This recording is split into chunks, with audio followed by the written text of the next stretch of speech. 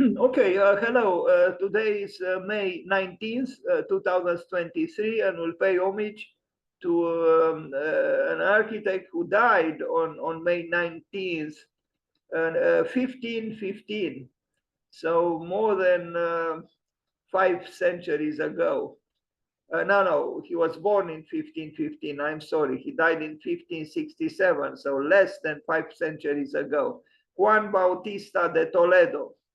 Let's read a little bit about him. Juan Bautista de Toledo was born around 1515 and died on May 19th, 1567, was a Spanish architect. He was educated in Italy in the Italian High Renaissance. As many Italian Renaissance architects, he had experience in both architecture and military and civil public works. Born either in Toledo or in Madrid around 1515, he died, we already said that, and was buried in Madrid in the choir of the primitive Convento de Santo Tomas, Iglesia de la Santa Cruz.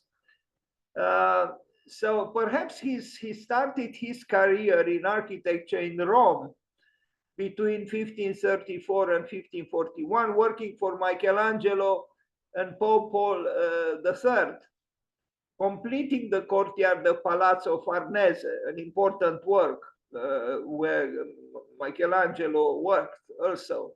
Then possibly he continued his training in the construction site of St. Peter's under the direction of Antonio da Sangallo the Younger. Another hypothesis is that he worked for Antonio da Sangallo the Younger in both Fortaleza da Basso in Florence and St. Peter's Basilica of Rome.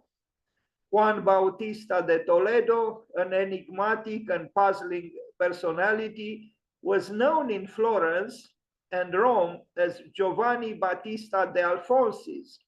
However, in Naples and Madrid, he was identified as Juan Bautista de Toledo.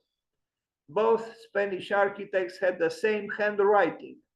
Perhaps his true name was Juan Bautista de Toledo Alfonsis. So, I just show some works by him. Church of St. Giacomo degli Spagnoli in Napoli.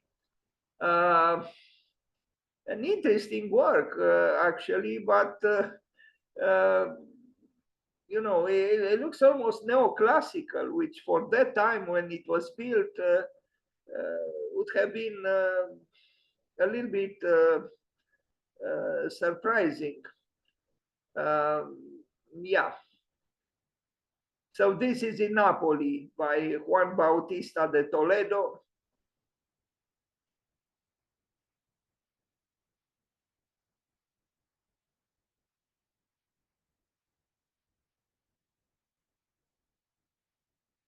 You see, you know, in this old engraving, you know, an approximation, a graphic approximation of this church, rather inaccurate. Well, inspired by the Pantheon in Rome.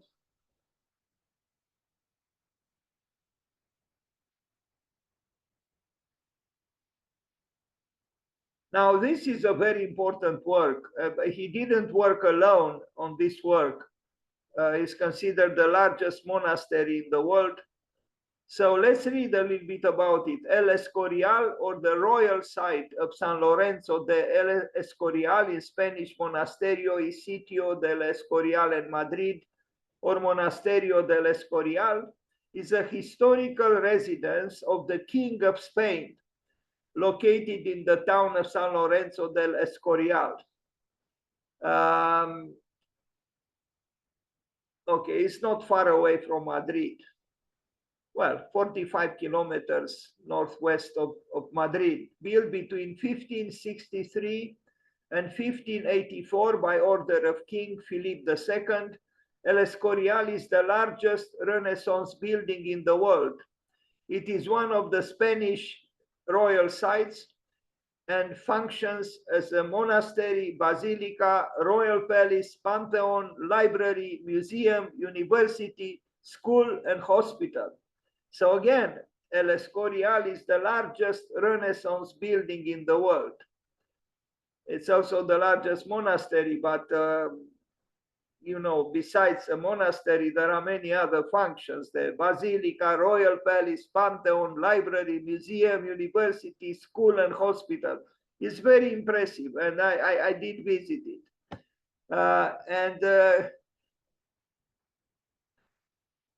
Again, I had difficulties to read the first line because something is above it. Anyway, now I can. El Escorial consists of two architectural complexes of great historical and cultural significance: the royal monastery itself and La Granilla de la Fresneda, a royal hunting lodge, and a monastic retreat about 5 kilometers away.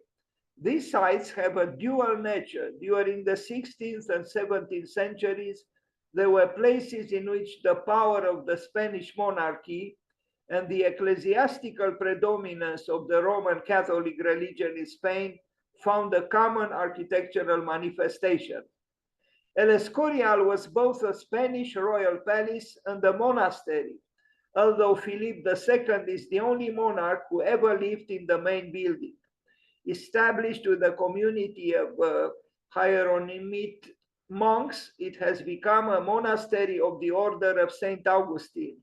It was also a boarding school, the Real Colegio or Colegio de Alfonso the 12th. So, you know, one of the most important buildings in Spain. Philip II engaged the Spanish architect Juan Bautista de Toledo, whom we are paying homage to today, to be his collaborator in the building of the complex at El Escorial. Toledo, which is also a very important town not far away from Madrid and the spiritual center of Spain, it is considered. Toledo, but Juan Bautista de Toledo had spent the greater part of his career in Rome, where he had worked on St. Peter's Basilica and in Naples, serving the king's viceroy, whose recommendation brought him to the king's attention. Philippe appointed him architect royal in 1559, and together they designed El Escorial as a monument to Spain's role as a center of the Christian world. So a very ambitious program, so to speak. On November 2nd, 1984, UNESCO declared the royal seat of San Lorenzo of El Escorial a World Heritage Site. It is a popular tourist attraction, often visited by day trippers from Madrid. More than 500,000 visitors come to El Escorial every year. Once I was myself there. El Escorial is situated at the foot of Mount Ambantos in the Sierra de Guadarrama. This austere location, hardly an obvious choice for the site of a royal palace, was chosen by King Philip II of Spain, and it was he who ordained the building of a grand edifice here to commemorate the 1557 Spanish victory at the Battle of St. Queen in Picardy against Henry II, King of France. Too many informations.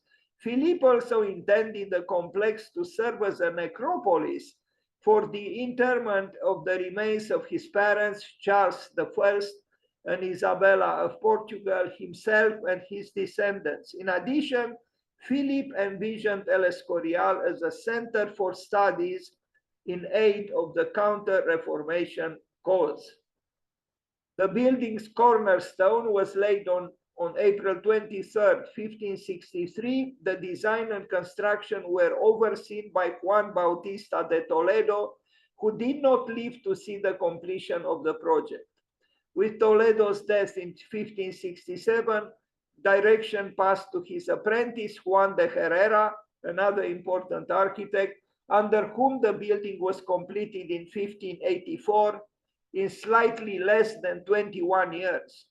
To this day, the Obra de El Escorial, the work of El Escorial, is a proverbial expression for a thing that takes a long time to finish. And here it is, the largest Renaissance building in the world.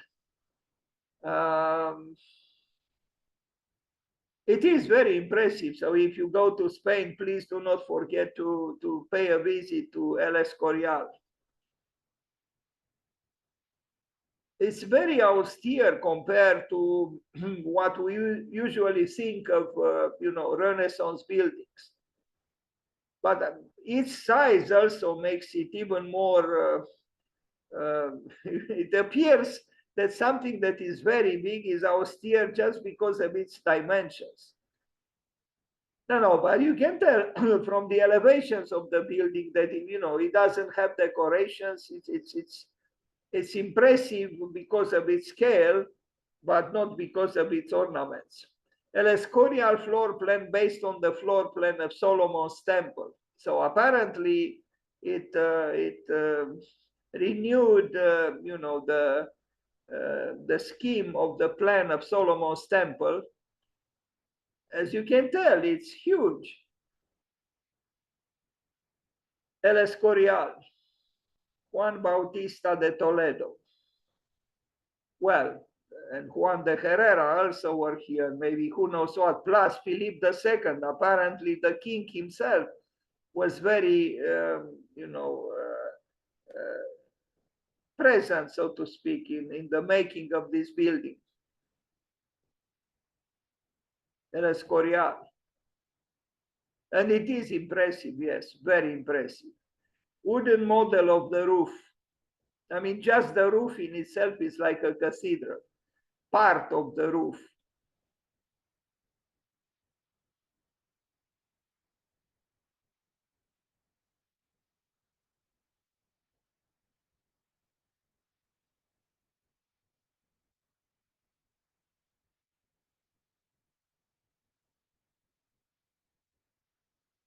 Oscar Wilde said that moderation is a fatal thing, and the only thing that succeeds is excess. Well, here we see the power of excess. I mean, the dimensions, the grandiose scale. It's maybe Oscar Wilde was right. Only excess succeeds, and moderation again is a fatal thing, he said. Maybe we should remind ourselves about this when we are, advised to do, reticent works or, moderate architecture. Pantheon of the Kings. That there are many kings of Spain being buried here. You see them. They are drawers, the drawers of death in this space at the El Escorial. Pantheon of the princes. Princes after princes, all dead. One day we'll be dead ourselves, and we should not forget this. We are born in order to die. I don't want to sound morbid, but portion of the formal gardens, gardens of the friars, adjacent to north facade of the monastery. Not bad, but you see, very strict. It's look at the nature outside and look at the nature inside. The nature inside is disciplined, is tamed by the human will.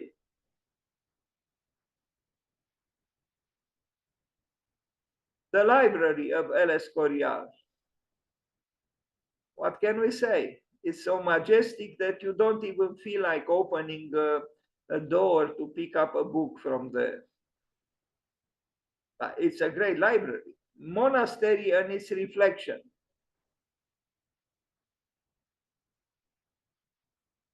Not bad, but ambitious.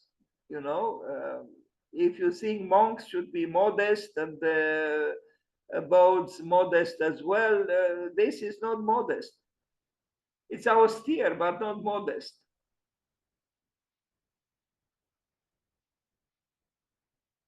All in all, it's a great work.